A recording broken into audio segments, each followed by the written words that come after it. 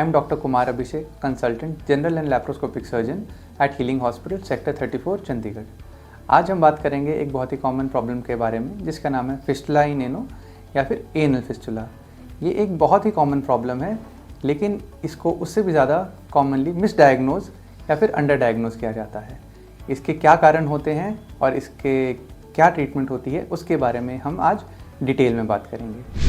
सबसे पहले हम बात करेंगे कि इसको डायग्नोज करने में इतनी प्रॉब्लम क्यों आती है। इसको मिसडायग्नोज करने का जो सबसे बड़ा कारण है इस जगह पे लोकेटेड होती है कि पेशेंट को एग्जामिन कराने में काफ़ी शर्मिंदगी का सामना अपने मन के अंदर करना पड़ता है, जिस वजह से वो डॉक्टर के पास नहीं जाता या फिर उस बीमारी को डॉक्टर को अच्छे से एग्जामिन नहीं करवाता, जिसकी वजह से ये प्रॉब्लम कई बार डायग्नोज नहीं हो पाती है। और दूसरा कॉमन कारण है कि इस प्रॉब्लम के बारे में बहुत ज़्यादा अवेयरनेस नहीं है जनरल पब्लिक के बीच में, और इस लैक ऑफ अवेयरनेस की वजह से भी कई बार इस प्रॉब्लम का डायग्नोसिस ठीक से हो नहीं पाता। तो अब हम डिटेल में बात करेंगे कि ये फिस्टुला इन एनो होता क्या है और ये बनता कैसे है। इस बीमारी का बनने का मुख्य कारण है कि जो हमारा एनल कनाल है उसके अंदर क्रिप्ट्स एनल ग्लैंड्स होते हैं, जिनके बीच में जो गहराइयाँ होती हैं उनको एनल क्रिप्ट्स कहते हैं, जिनमें कई बार कॉन्स्टिपेशन की वजह से या स्टूल में हाई बैक्टीरियल लोड की वजह से पस पड़ जाती है, जिन्हें क्रिप्ट एब्सेसिस कहते हैं। उन एब्सेसिस में जो पस पड़ती है वो कई बार तो सीधे रास्ते से यानी मलद्वार के रास्ते बाहर आ जाती है, कई बार वहाँ से बाहर नहीं आती। जब वो पस वहाँ से बाहर नहीं आती है तो फिर वो एक नया रास्ता या साइनस ट्रैक बना के या फिस्टुलर ट्रैक बना के वो स्किन पे एक नए रास्ते से बाहर आ जाती है।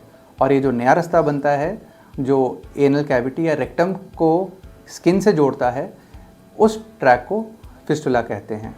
इस बीमारी के काफ़ी सिम्टम्स भी हो सकते हैं, जैसे कि पेरीएनल रीजन या ग्लूटियल रीजन में हमें पेनफुल स्वेलिंग हो सकती है। जब ये स्वेलिंग के फॉर्म में होता है तब हम इसे एक पेरीएनल एब्सेस कहते हैं, उस समय इसे फिस्टुला नहीं कहा जाता।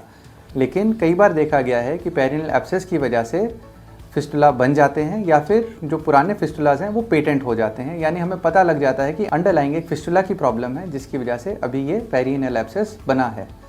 तो जब पेरीएनल एब्सेस होता है तब पेशेंट को एक स्वेलिंग हो सकती है जो बहुत पेनफुल हो सकती है। कई बार वो स्वेलिंग अपने आप फूट जाती है, जिसमें से पस निकल सकती है या ब्लीडिंग हो सकती है, और उसके बाद वो ठीक भी हो जाती है। अगर ये प्रॉब्लम सिर्फ़ और सिर्फ एब्सेस की प्रॉब्लम होती है तो फिर हमें बहुत ज़्यादा ट्रीटमेंट की ज़रूरत नहीं पड़ती है। लेकिन जैसे मैंने आपको समझाया कि अगर इसमें क्रिप्ट एब्सेस ऑलरेडी है तब ये एक रिकरेंट प्रॉब्लम बन जाती है, और जहाँ पे ये प्रॉब्लम रिकरेंट हो जाती है तो इसका मतलब यही होता है कि हमें एक अंडरलाइंग फिस्टुला है। तो इस तरह से अगर कोई पेशेंट है जिसे बार बार हर 4 या 6 महीने में एनस के आसपास, एनल ओपनिंग के आसपास एक पस फॉर्मिंग अल्सर है जो बार बार साइज़ में बढ़ जाता है, पेन होती है, फिर वो फूट जाता है और उससे पेशेंट को रिलीफ मिल जाती है, तो ये एक क्लासिकल साइन है कि पेशेंट को फिस्टुला इन एनो की प्रॉब्लम है। तो अब इसे डायग्नोज कैसे किया जाता है? तो इसको डायग्नोज करने के 2 तरीके हैं। सबसे पहला तरीका है क्लिनिकल एग्जामिनेशन, यानी कि जब एक पेशेंट इन साइन सिम्टम्स के साथ हमारे पास आता है तो हमें क्लिनिकली एग्जामिन करना पड़ता है, इंटरनली और एक्सटर्नली। फिर हमें पता लगता है कि इंटरनली कोई रास्ता है जो बाहर वाले अल्सर से जुड़ा हुआ है या नहीं, और उसके बाद इस डायग्नोसिस को कंफर्म करने के लिए हम पेशेंट का एक एमआरआई कराते हैं। एमआरआई पे हमें ये पता लगता है कि पहले तो हम कंफर्म करते हैं कि डायग्नोसिस में कि फिस्टुला है या नहीं, और अगर फिस्टुला है तो उसकी क्या क्लासिफिकेशन है, क्या ग्रेडिंग है, क्योंकि हमारा ट्रीटमेंट इस क्लासिफिकेशन और ग्रेडिंग पे काफ़ी हद तक निर्भर भी करता है। एक बार ये क्लैरिफाई हो जाता है कि कौन सी क्लासिफिकेशन या कौन सी क्लास का फिस्टुला की प्रॉब्लम है, फिर हम उसके ट्रीटमेंट पे आते हैं। इसके ट्रीटमेंट में हमें एक बात का ध्यान रखना बहुत ज़रूरी है कि इसका ट्रीटमेंट सिर्फ सर्जिकल है। ये जो प्रॉब्लम है ये दवाइयों से, गोलियों से, मेडिसिन से ठीक नहीं होती है। हाँ, दवाइयाँ हम ज़रूर देते हैं, वो इसलिए देते हैं ताकि जो अक्यूट सिम्टम्स हैं जैसे पेन हो गया, पस हो गई, जो स्वेलिंग हो गई, उसमें पेशेंट को रिलीफ मिल जाए। और एक्टिव पस डिस्चार्ज में हमें फिस्टुला का ट्रीटमेंट करना भी नहीं चाहिए। एक बार जब पेशेंट के एक्टिव साइंस और सिम्टम्स कम हो जाते हैं उसके बाद फिर हम फिस्टुला की डेफिनेटिव ट्रीटमेंट की तरफ जाते हैं, यानी सर्जरी की तरफ जाते हैं। कन्वेंशनली हम फिस्टुला की ट्रीटमेंट के लिए ओपन सर्जरी किया करते थे। ये एक बहुत ही अच्छा ट्रीटमेंट का तरीका है, लेकिन इसका एक मेजर ड्रॉबैक है कि इसमें ज़ख्म को भरने में बहुत समय लगता है, और इसके बाद रिकरेंस की जो प्रोबेबिलिटी है वो भी अराउंड 25 से 40% के बीच रहती है, जो एक काफ़ी बड़ा नंबर है।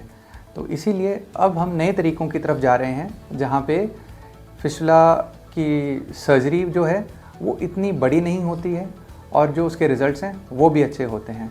हमारे सेंटर पे हम फिस्टुला की ट्रीटमेंट के लिए लेज़र सर्जरी परफॉर्म करते हैं और साथ में हाइब्रिड प्रोसीजर जिसको DLPL कहा जाता है। इस प्रोसीजर के साथ पेशेंट को एक तो चीरा छोटा लगता है, बहुत बड़ा कट नहीं लगता है, जिसकी वजह से बाद में पेशेंट को रिकवरी के समय बहुत आसानी रहती है, दर्द कम होता है, ब्लीडिंग कम होती है, जिसकी वजह से पेशेंट को बहुत ज़्यादा दवाइयाँ लेने की भी ज़रूरत नहीं पड़ती है। और क्योंकि इसका ट्रीटमेंट आसान है, जल्दी किया जाता है, पेशेंट जल्दी ठीक हो जाते हैं, वो अपने काम पे जल्दी वापस जा सकते हैं। Therefore laser procedure for fistula in ano problems is the go to treatment nowadays. अगर इस प्रॉब्लम से जुड़े आपके कोई भी सवाल हैं, कोई प्रश्न है, तो आप नीचे कमेंट सेक्शन में हमें कमेंट्स करके पूछ सकते हैं, या फिर नीचे दिए गए हमारे फ़ोन नंबर पे हमें कांटेक्ट भी कर सकते हैं, या फिर आप हमें हीलिंग हॉस्पिटल की OPD में आके मिल भी सकते हैं। Thank you.